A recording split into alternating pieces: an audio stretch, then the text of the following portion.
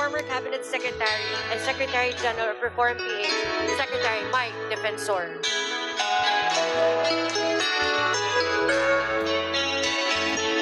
Mga kasama, alam nyo ang diferensya sa diktador at sa isang demokratikong lipunan is yung freedom of expression. Our freedom to speak. Pero nakita nyo po, yung mga nangyayari sa ngayon, sunod-sunod ang kaso na ginagawa nila. At ito po ay hindi aksidente. Ito ay ipinlano magmula pa noong 2023. Noong ibinuo nila ang kaso laban kay Pangulong Duterte.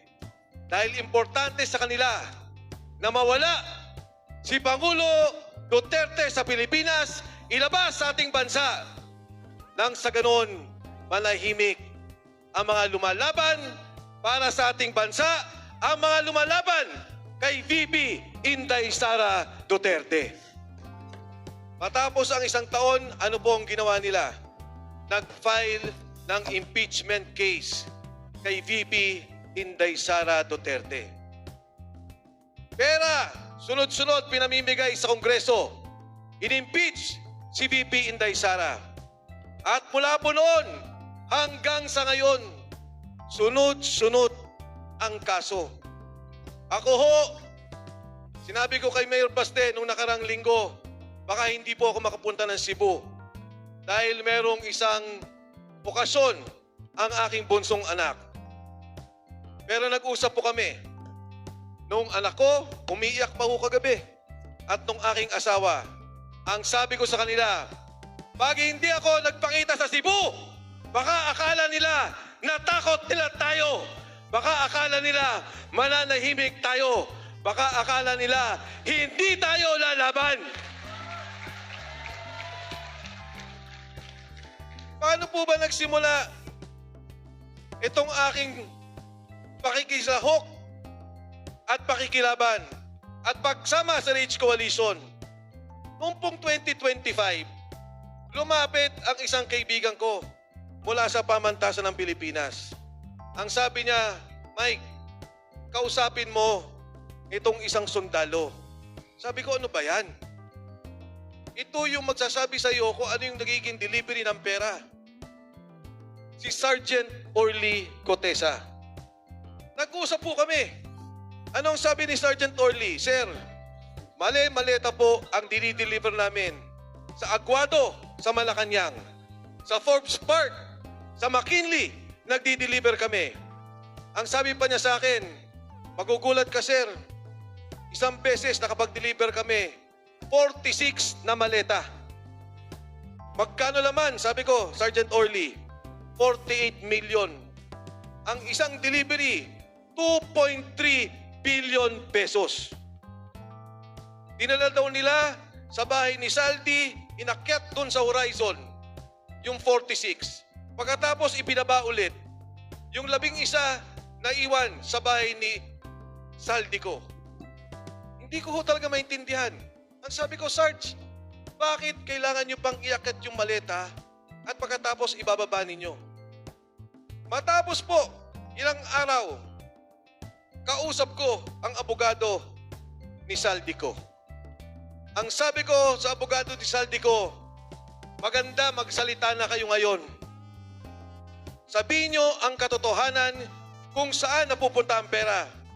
Kesa abutan kayo ng panahon ng paglilitis na hindi kayo nagsabi ng katotohanan, kayo mismo madadamay sa kaso. Kayo makukulong. Lahat ng pera ni Saldi ko madadamay. Nagulat po ako. Isang linggo lang, nagsalita si Saldi ko. Bago po yun, may tumawag sa akin. Ang sabi sa akin, mula sa palasyo, Mike, ano ba tong kay Saldi ko? Sabi ko, hindi ko alam eh. Nagsalita siya, nagdi-deliver sila ng pera doon sa bahay ni Martin Romualdez. At tanong nila, may narinig ka bang sinabing delivery kay Bongbong Marcos? Sabi ko, wala akong narinig. At yun naman din ang kanyang affidavit sa Aguado at sa McKinley. Matapos, ang isang linggo, nagsalita si Saldico. 100 bilyon allocation, insertion ni Bongbong Marcos. Ang ibinigay niyang pera, 25 billion pesos.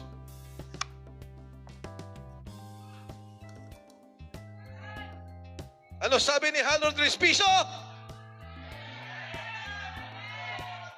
Sigurado ko, lahat na tayo magkakakaso.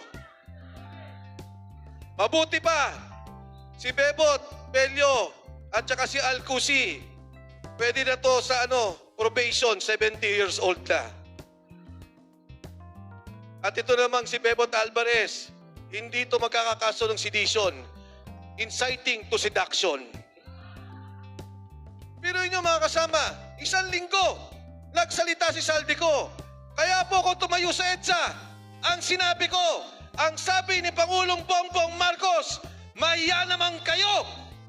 Ang sabi ko sa kanya, Bongbong Marcos, ikaw ang mahiya. Ikaw ang dapat na ikulong.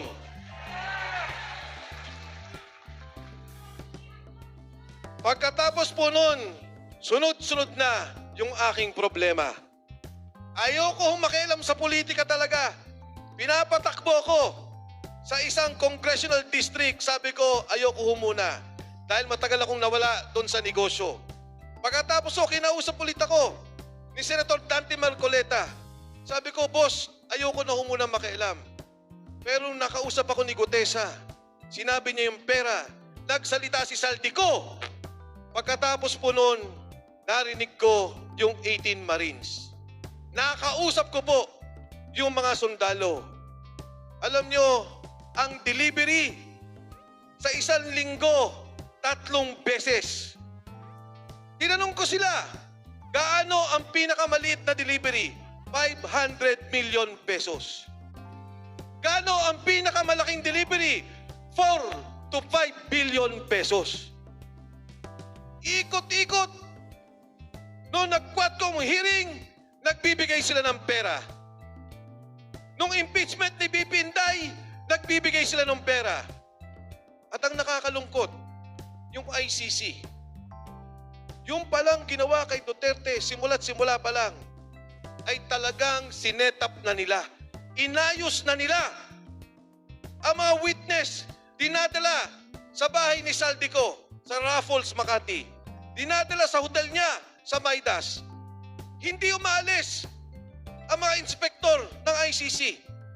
Dinadala ni Senator Trillanes ang mga witness mismo para ibuo ang kaso kay Pangulong Duterte. Pati ho yung pera, narinig nyo naman yung mga sundalo. Ilang beses nagdi-deliver ng pera. Sumusundo, kotse ginagamit. Kaya ho nakita nila, ito ang gagawin namin kay Pangulong Duterte. At matapos dyan, i-impeach namin si Inday Sara Duterte para sa 2028, kami pa rin at wala kaming Duterteng mga kalaban. Tama? Ngayon mga kasama, lahat may kaso na. Si Kiko, ilang beses na ho to. Kakabalik pa lang nito, baka matanggal ulit. Si Harold, ilan na rin po yung kaso. Ewan ko lang sila kung Duterte kung meron na. Pero lahat na nagsasalita, lahat na lumalaban, kinakasuhan nila. Di ba't ganyan din po ang martial law? Walang deklarasyon, pero ang NBI, ang mga polis, ang BIR, ang lahat ng ahensya ng gobyerno, kasama ang COMELEC, kinakasuhan lahat ng kanilang kalaban. Yan ang martial law ni Bongbong Marcos. Ang media, hindi nga sinara, pero limpak-limpak ang salapi na ginagamit nila. Ang SMNI, sinara, tinatakot nila para kung ano ang balita nila, yun lang ang lalabas. Yan ang martial law ni Bongbong Marcos. Nakita ko si Jun Abines. Minsan kami nag-rally dito, nung ASEAN. Tapos na yung rally. Kasama namin yan, sila Lito. Saan pa yung isa natin? Ayan, ito, si Jimboy. Nagkakapi na lang kami doon sa bahay doon sa lugar ni Winley. Nilusob kami ng mga pulis. Tapos na yung rally. Tumayo ako, sabi ko sa mga pulis, bakit to? Anong problema? Colonel, sir, pasensya na. Kailangan may arestuhin kami. Sabi ko, tapos na yung rally namin eh. Sir, utos sa taas. Lalaban po sana kami, nakita namin, merong 10 motorsiklo na kinuha. 10 riders na kinuha. Ang sabi po ni June, ako na lang po ang susurrender. Ako na lang ang kakasuhan nila. Nakita niyo yung ginawa kay Joy Sonsa. Kailan lang? Alam niyo yung kaso niya, hindi naman cyber libel. Unlawful utterances. Di wala man dapat bail. Pero hinuli nila weekend para hindi makapag-bail yung tao. At ikunulong po nila. Tinatakot po nila tayo. Tinatakot nila tayo para tayo manahimik. Yan ang klase ng kaibahan ng demokrasya at diktatura. Ang sabi ko sa isang kaibigan ko sa kabinete, alam nyo, sabi ko, kami nagsasalita. Hindi kami nagsasabing gumamit ng armas. Hindi kami nananawagan ng revolusyon. Hindi kami nagsasabi na dapat gumamit ng dahas para palitan ng gobyerno.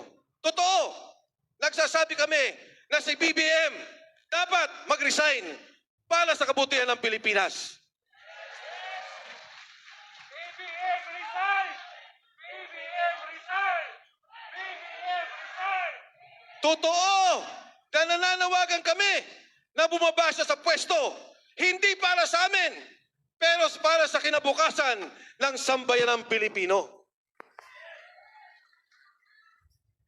Pero yan po ay karapatan namin. Yan po ay nasa loob ng aming karapatan bilang Pilipino. Hindi nyo dapat takutin ang mga tao na nagsasalita na hindi naman gumagamit ng dahas, na hindi naman nakikipag-away sa inyo, kundi nagsasalita lamang sa korupsyon na nangyayari. Nagsasalita lamang sa problemang nakikita namin sa ngayon. Bakit po ako hindi magsasalita? Yung PhilHealth, 60 billion pesos, kinuha nila yung pondo. Hindi lang yun. Yung 90 billion na dapat nilagay nila, hindi nila binigay. Habang ang maraming bansang nakapaligid sa atin sa Asia, Thailand, Japan, Korea, Singapore, ang ganda na ng PhilHealth program, ng kanilang health program, health insurance program. Ang binabayaran 10%. Sa Pilipinas, 70% pa rin. Bakit ako hindi magagalit? Yung subway namin sa Metro Manila, nakikita nyo naman ang traffic. Dapat yan tapos, 2028. Dapat yan nagawa ni Bongbong Marcos. Kinuha nyo yung pondo, tapos nilagay ninyo sa flood control. Yung 2028, matatapos sa 2032. Kaya kami nagagalit. Bakit yung ninakaw nyong trilyon na ngayon, nakikiusap ang Kongreso, alisin ang VAT. Tulungan yung pagtaas ng presyo ng langis. Hindi nyo magawa dahil ninakaw nyo ang pondo. Kaya kami nagagalit. Nagagalit kami hindi dahil sa politika. Nagagalit kami dahil sinanlanin nyo ang bansang Pilipinas at kawawa ang kinabukasan ng aming mga anak.